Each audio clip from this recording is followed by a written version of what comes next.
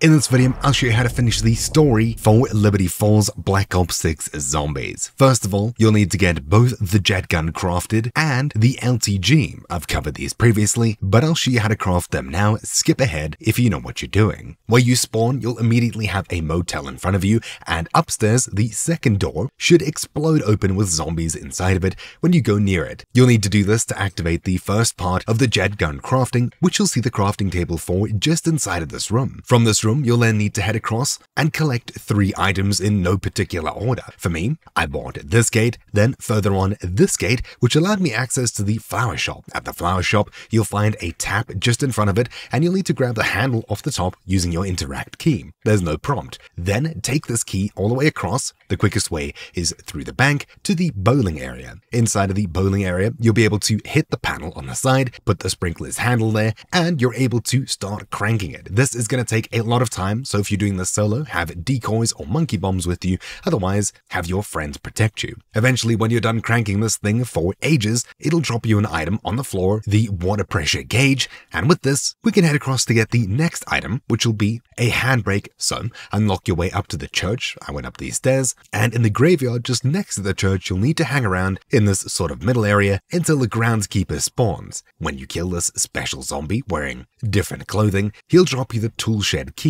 Take this east of you, through this gate, down this little passageway to the toolshed at the back. Open the door, and to your right on the table, you'll find a handbrake. Then the third and final item are wires, for which you'll find all the way on the far east side of the map, just opposite the comic shop at the radio house. In order to get through this gate, you'll need either a mangler to shoot it for you by baiting them at round 11. Otherwise, you can head to the crafting table just behind the building on the opposite side of the road, and the 6th item on the first tab will be the mangler cannon. You can craft this for 1250 scrap, then hit 3 to activate it, and blow your own way through the door. Then inside you'll see a bunch of scrap piles on the ground. Hit interact on each of them until you find the wires. Grab the wires and head all the way back to the motel from the start of the game. Inside of this room, you'll be able to craft yourself the jet cannon. Now that you have yourself the jet cannon, in order to build the LTG to progress the storyline, head all the way back up to the church. From here, you'll need to hit F on the strange machine to the side, which should activate the next part of this quest. With the jet cannon in hand, you'll find a floating hat next to the ghost that speaks upstairs. Suck it up, then head all the way across, outside, down, almost back to the flower store, where you'll be able to climb onto the roof here. Once you're on the roof, jump onto the truck stopped in the middle of the street, and from the far corner, you should be able to suck the next item into your hands from across the street, and finally turn around, head all the way down to the comic store, where inside of the roof, you'll find the third and final LTG item. Once you've grabbed all 3 of these quest items, head all the way back up to the main big roof. You can do so from the roof just above the flower shop from that zipline, or you can head all the way back up to the church and take the long zipline back down to where we're able to craft the LTG upstairs. Once it's crafted, grab it, and there you go, you're now able to progress the storyline further. Now that you've got the LTG crafted, we need to take this device from the roof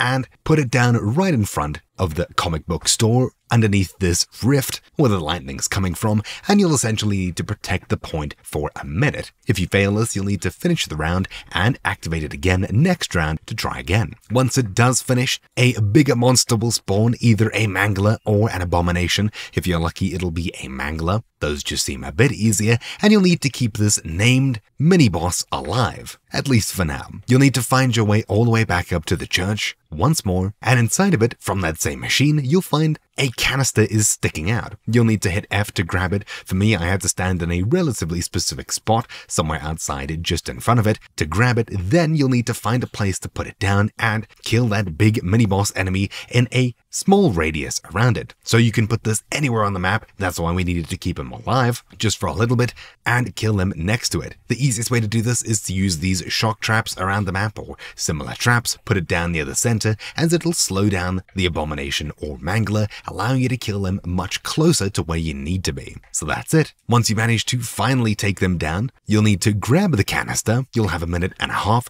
where you'll need to take it all the way back up to the church and insert it into the same machine where you found it. Once you've done that, you'll find a Strauss counter, a tactical item, appear in the drawer next to it. Grab this, and you'll need to run around to find 3 different sensors/projectors. Essentially, you'll need to hold this device in your hand using Q, your tactical button, and it'll be one of 3 colors: green, yellow, or red. You'll need to hit F on the device or interact with it to change its color between those 3 to make it the opposite of what it is. So if your device shows green, set it to red. If it shows red, set it to green. And if it shows yellow, just set the device to yellow. We'll need to do this with the device just past the cemetery. Then we'll need to head all the way across to just in front of the Liberty Lanes, where you'll find the second device. Then, finally, you'll need to find your way onto the big roof once more, where we crafted the LTG, and you'll need to buy this small wall looking over the gas station for 750 credits. Once it blows, hop down, and you'll find the third and final device here.